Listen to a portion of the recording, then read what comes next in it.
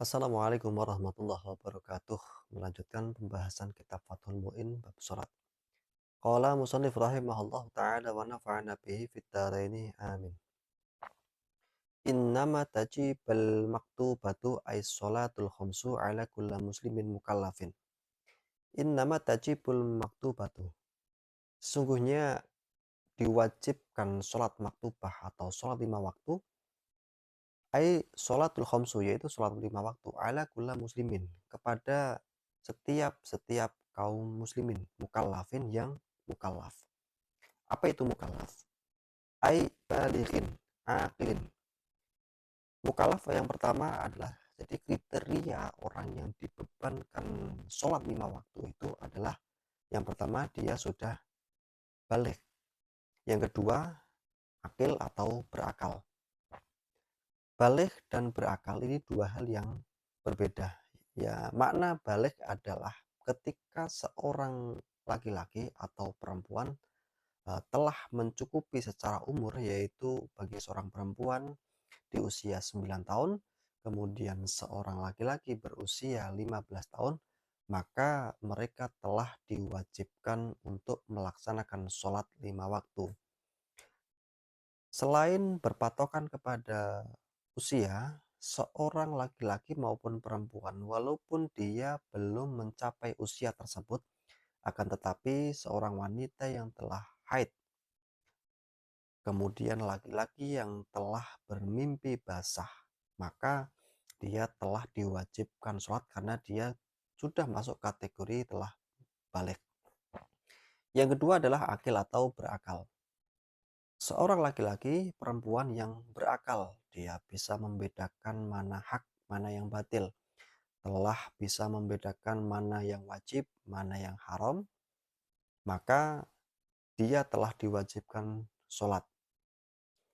Akan tetapi seorang pria, laki-laki maupun perempuan yang dimana dia walaupun dia sudah berusia 50 tahun, berusia 30 tahun, berusia 20 tahun, akan tetapi dia tidak berakal seperti idiot atau yang lainnya, maka dia tidak dibebani kewajiban untuk melakukan sholat. Yang ketiga, mukallaf adalah zakarin, yaitu laki-laki au ghairihi atau yang lainnya.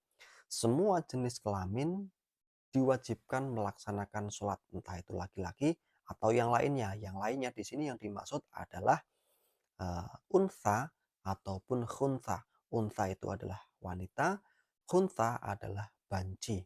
Tapi banci yang dimaksud di sini adalah banci muskil. Apa itu banci muskil? Banci muskil adalah seseorang yang memiliki kelamin ganda. Maka dia tetap diwajibkan sholat. Akan tetapi apakah seorang banci ini boleh mengimami sholat ataupun dia itu sebenarnya tergolong laki-laki atau perempuan, maka nanti insya Allah kita akan bahas di pembahasan mengenai khusus membahas tentang banci muskil ini. Berbeda dengan orang yang menyalahi kudrah, misalnya seorang laki-laki yang berpakaian seperti perempuan, kemudian berjalan seperti perempuan, bertingkah laku seperti perempuan, maka yang seperti ini sesungguhnya dia itu tetap terhitung sebagai laki-laki, hanya saja dia menyerupai seorang perempuan, seperti itu. Yang berikutnya adalah tohirin, suci. Suci yang dimaksud di sini adalah seorang wanita yang suci dari haid maupun nifas. Seorang perempuan yang suci dari haid maupun nifas, maka dia diwajibkan melakukan sholat. Fala tajibu ala kafirin asli wa sobyin wa majnunin wa mukhman alaih wa sakrana bila ta'addin li'atamik taklifihim. Maka tidak diwajibkan kepada kafir asli, wasobyin dan anak-anak, wa majnunin dan orang yang gila, wa mukhman dan orang yang memiliki penyakit ayan, alaih kepada mereka, maka mereka tidak diwajibkan sholat. Wasakrona dan seorang yang mabuk bila taat dan dengan tidak lalai. Nah, Kita akan jelaskan satu persatu.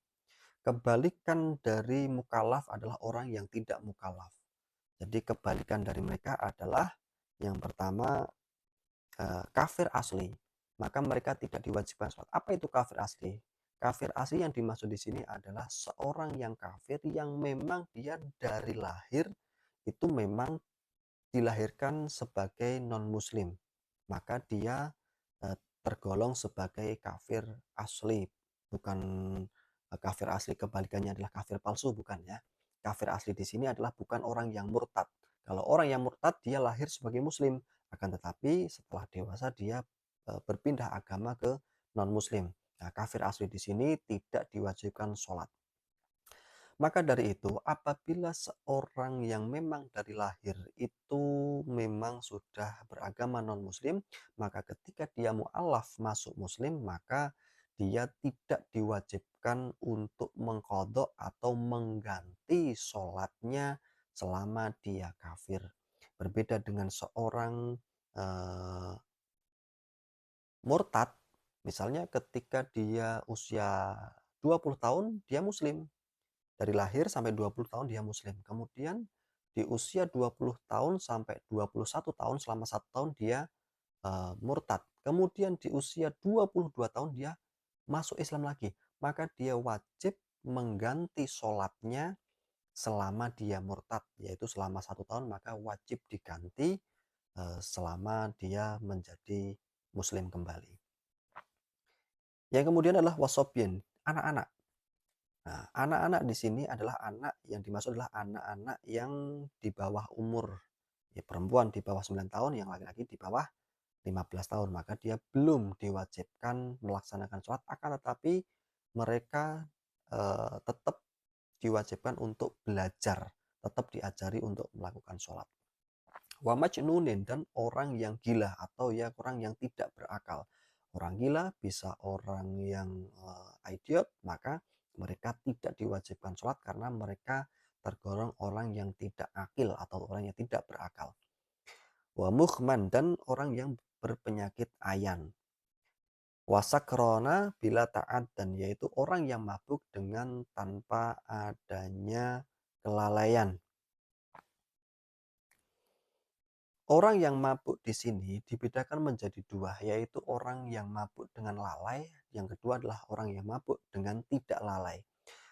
Orang yang mabuk dengan lalai itu maksudnya adalah orang yang memang dia sengaja mabuk, padahal dia tahu akan keharaman khamr, dia tahu bahwa mabuk itu berdosa, tapi dia melakukan, maka dia dihukumi mabuk yang lalai. Nah, orang yang mabuk dengan lalai seperti ini, kemudian dia meninggalkan sholat, maka dia wajib mengganti sholatnya. Dan dia berdosa, karena dia mabuknya secara sengaja, ini sebagai suatu hukuman bagi dia.